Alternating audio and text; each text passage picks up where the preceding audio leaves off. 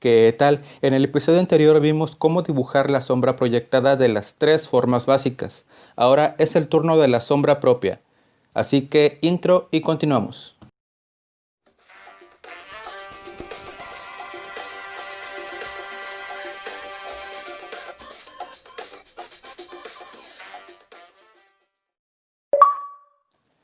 Toda forma en un espacio con una o diferentes fuentes de luz posee sombra proyectada y sombra propia.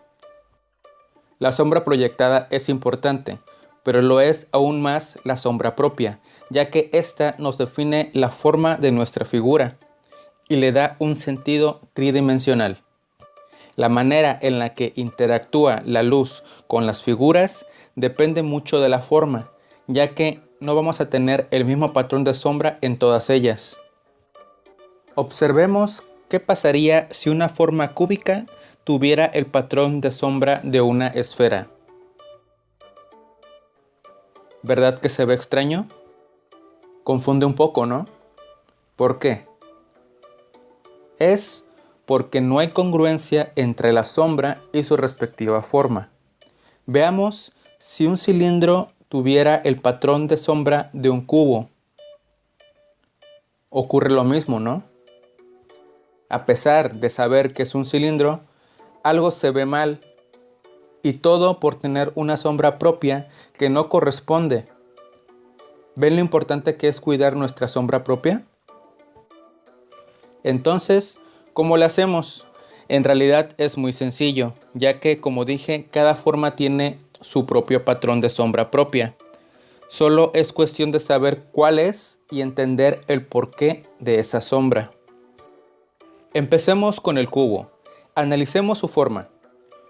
Un cubo está compuesto por planos rectos, por lo que donde termina un plano y empieza otro, se forma una esquina, o lo que es lo mismo, un cambio de plano. Normalmente a 90 grados en el caso de que sea un cubo perfecto. Esto, ¿cómo lo traducimos a la hora de hacer sombras? Muy sencillo, solo hay que usar la lógica. ¿Qué pasa si tenemos luz en esta dirección sobre este plano? Imaginando la luz como rayos, tendríamos esto. Ahora, ¿qué pasa si agregamos otro plano de esta forma? ¿Está en la luz o en la sombra? Obviamente está en la sombra, ¿no? Entonces tenemos un plano al que le da de forma directa la luz y otro al que no le llega nada. Esto mismo pasa con el cubo. Entonces, ¿cuál es el patrón de sombra de un cubo? Analizando lo anterior, en el cubo tendremos que es muy visible el cambio entre un plano y otro, separados por valores totalmente diferentes sin ningún tipo de transición. En otras palabras, pasaríamos de este valor a este otro, de un plano a otro. Entonces podemos ponerlo en práctica, haciendo cubos en diferentes perspectivas y diferentes posiciones de luz y aplicar tanto la sombra proyectada como la propia.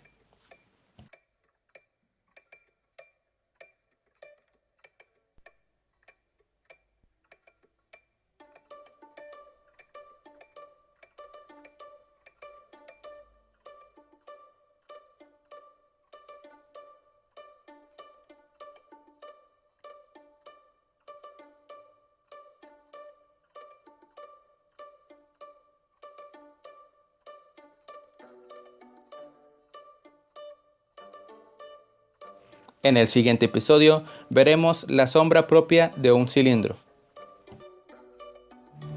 Bueno, sería todo por el momento. No olvides darle like y suscribirte si aún no lo haces.